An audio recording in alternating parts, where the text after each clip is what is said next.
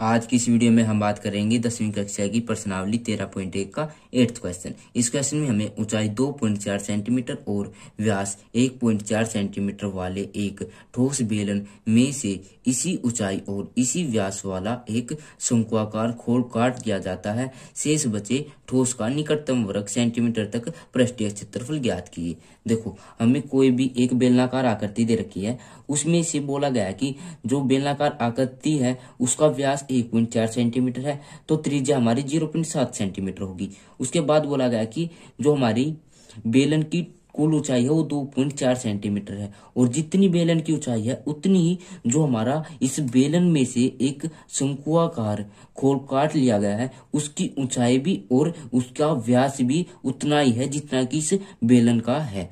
ठीक है, इसके बाद बोला गया कि इसका निकटतम सेंटीमीटर तक पृष्ठीय क्षेत्रफल ज्ञात कीजिए। यानी कि हमें पृष्ठीय क्षेत्रफल में क्या होता है कि हम उस के किस किस भाग पर पेंट कर सकते हैं। तो हम इस बेलन के चारों तरफ भी पेंट कर सकते हैं और तलहटी में पेंट कर सकते हैं, और जो बीच में से ये शंक्वाकार खोल काट लिया गया है इसके चारों तरफ भी तो पेंट कर सकते हैं।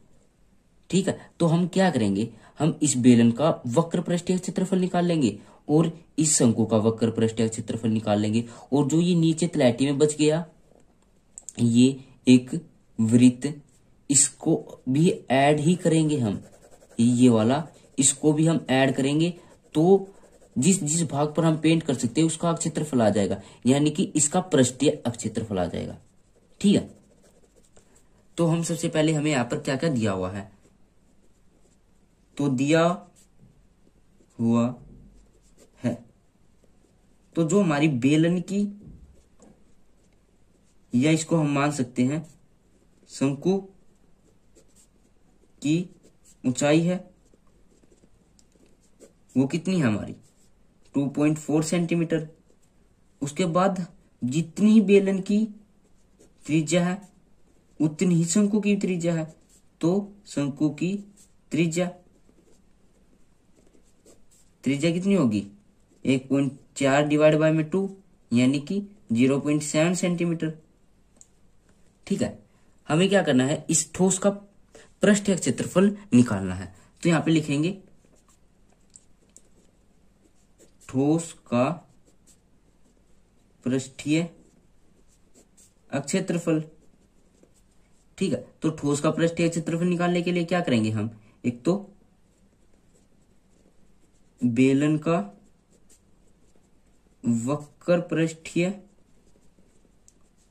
क्षेत्रफल प्लस में शंकु का वक्र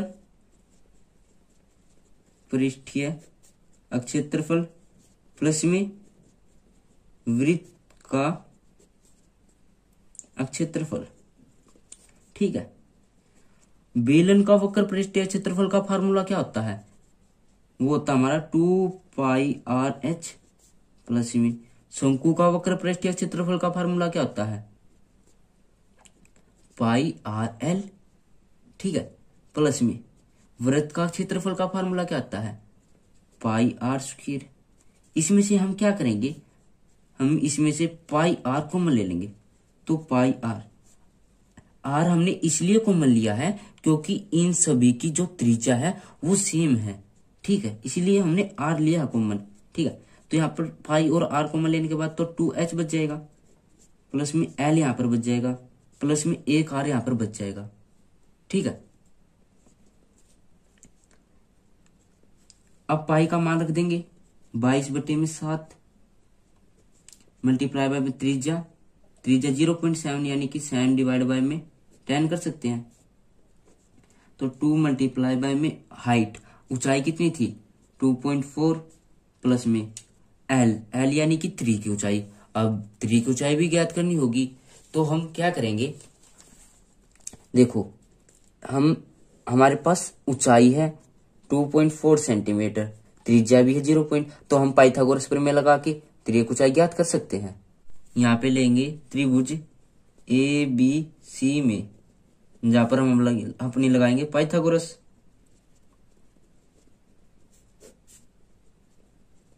परिमेय से, यानी कि ए सी का स्क्वायर बराबर है ए बी का स्क्वायर प्लस में बी सी का स्क्वायर। तो ये हो जाएगा ए सी का स्क्वायर बराबर है ए बी का मान हमारा कितना है 2.4 यानी कि इसका स्क्वायर प्लस में बी सी का मान हमारा 0.7 है इसका स्क्वायर, यानी कि ए सी का स्क्वायर बराबर का निशान और 2.4 का स्क्वायर होगा हमारा 5.76। ठीक है, तो यहाँ पे लिखेंगे 5.76 प्लस में 0.7 का स्क्वायर कितना होगा हमारा 0.49। ठीक है, यानी कि ए सी का स्क्वायर हो जाएगा हमारा, इन दोनों को ऐड करेंगे ये हो जाएगा हमारा 6.25। अब क्या करेंगे दोनों साइड रूट, यानी कि ए सी का स्क्वायर बराबर है 2.5। ठीक है, यानी कि जो हमारी ए सी की वैल्यू है वो 2.5 सेंटीमीटर आ गई। अब त्रिज्या की ऊंचाई हमारी 2.5 सेंटीमीटर आ गई प्लस में त्रिज्या हमारी वही 0.7। ठीक है, तो 7 से 7 कैंसिल हो जाएगा और 2 11 2 पंजे 10।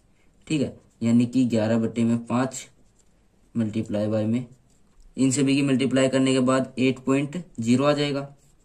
ठीक है, अब इसकी साथ मल्टीप्लाई यानी कि 88 डिवाइड बाय में 5 से कैंसिल कर देंगे तो 5 1 जा 5 और ये बच गया 3, तो 5 7 जा 35 और 35 और 3 बच गया 0.6, यानी कि 7.6 सेंटीमीटर स्क्वायर हमारा आंसर आ जाएगा। हम इसको 18 भी लिख सकते हैं क्योंकि इसमें लगभग माना गया है।